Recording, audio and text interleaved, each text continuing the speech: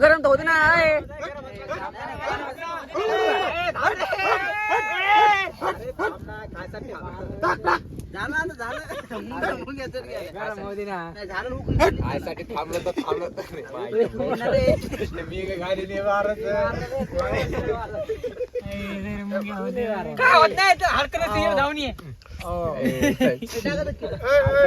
टाका पाकुळ्या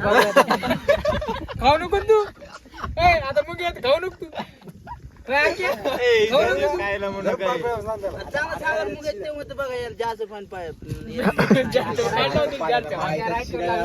माय घरी मध्ये चमचा हरी